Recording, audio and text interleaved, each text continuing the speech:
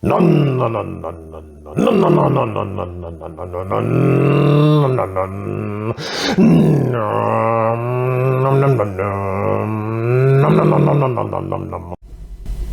Lord, you have searched me and known me. You know when I sit down in the driver's seat and when I rise up through the gears. You discern my thoughts from a car.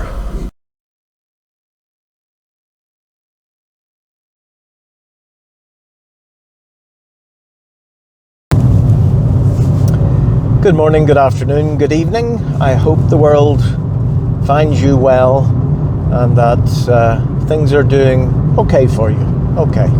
Not say any more than that. Okay will do just fine. Sometimes people ask me, Simon, who was your favourite Beatle? It's probably a question you get asked all the time. And like you, I struggle for an answer because it sort of depends. I liked all of them. I'll be honest, Ringo not so much as the other three, but I didn't mind him and I quite liked Ringo. But really, you couldn't put a cigarette paper between John and Paul and George. But as I record this, it would have been the 83rd birthday of the late George Harrison. And if I was pushed for an answer, I would probably tell you that George was my favourite. So why was he my favourite? Why did I like George slightly more than John, slightly more than Paul? I don't know, it's a tough one. There was just something about him, something in the way George was. One eternity later. There was just this little whatever it was about George Harrison that I just liked. Maybe because he was referred to the quiet one, and I'm by nature an introvert. Maybe it was because he was a bit different from the others. Paul was very ambitious, a hard-working genius, but very ambitious. John was, I don't know, prickly at times, or could be difficult. You know, George, not without his faults. He was like every one of us. He had his problems, he had his negative points, but he also had a lot of positives. And I just think I loved George because he was the underdog. Ringo was the affable behind the other three, drumming away, keeping everybody together. He was the link really that kept everybody together. John and Paul were the songwriting engine of the Beatles. They pumped out brilliant song after brilliant song, and George was sort of left in their shadow somewhat. He was a gifted, talented, brilliant songwriter, but he took a while to blossom because he never had the opportunity to do so. He was always limited to one, maybe two songs per album, although I think in Revolver he got 3 in, didn't he? So he was constantly used to being rejected by the others, who would bring their songs, and then George Martin, the producer, would focus on the Lennon-McCartney input, and sort of George Harrison would be sidelined a bit. But when you think of some of the songs that were produced by George Harrison, things like Taxman, or Something, or Here Comes the Sun. Here Comes the Sun, as far as I'm aware, has been downloaded 1 point something billion times on Spotify or something like that. It's the most downloaded Beatles song on Spotify, and I'm sure that's true for other the music streaming services. He wrote quirky little songs like Savoy Truffle, which was a song about a box of Good News chocolates, where he just went through the little instruction manual on the inside of the box and sang about all the different things.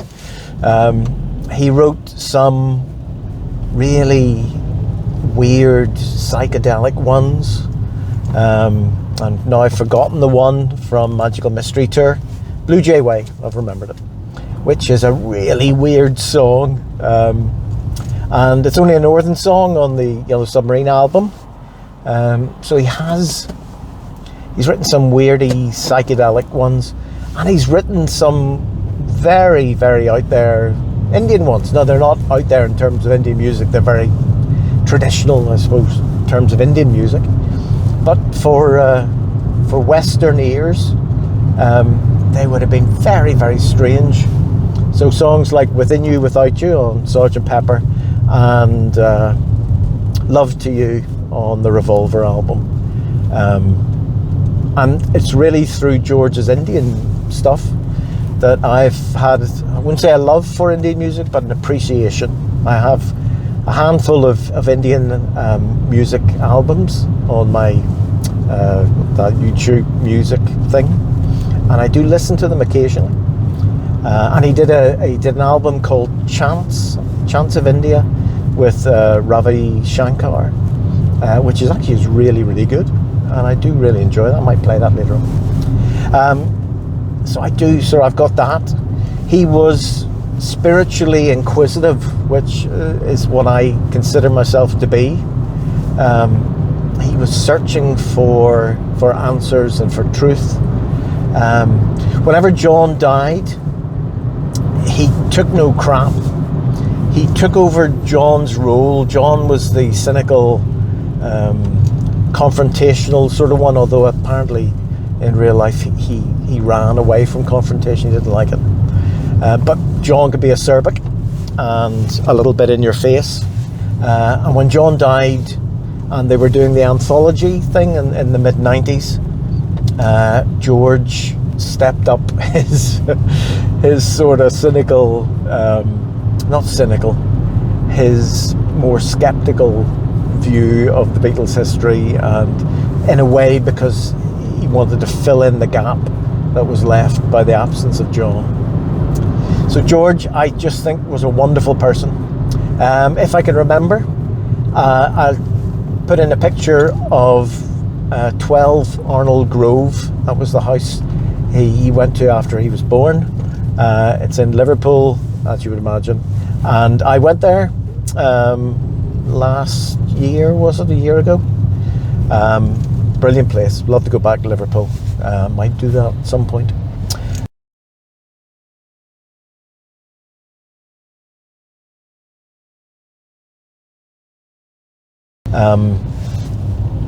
I'll insert that. He was a humble Scouse. He was probably the most Scouse of all the Beatles,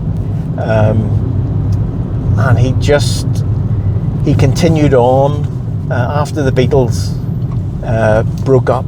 I mean, he came to realise he didn't need the Beatles. He was happier not being in them than being in them and there being tension and conflict and all that. So he wasn't that wedded to the idea of fame or money or status or whatever that he said to himself, like, I'll hang on here forever.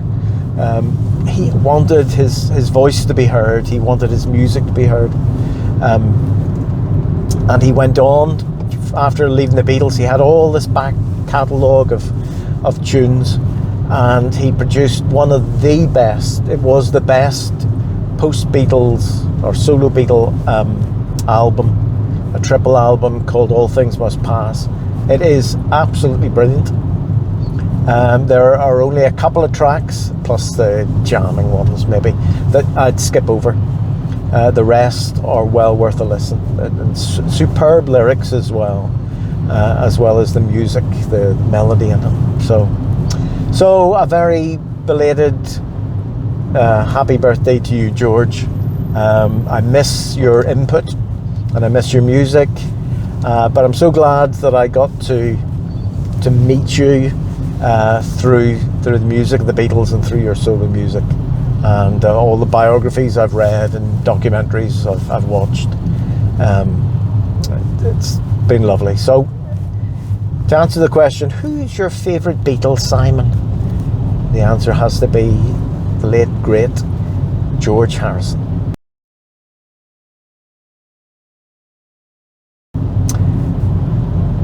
So, look after yourselves. Maybe you can drive my car safely. Look after your loved ones. Look after those around you. Take good care of yourselves. Listen to some music. Why don't you do that? Yeah, that'd be a good idea. Listen to some music, and sure, I shall see you some other time. Take care. Bye-bye.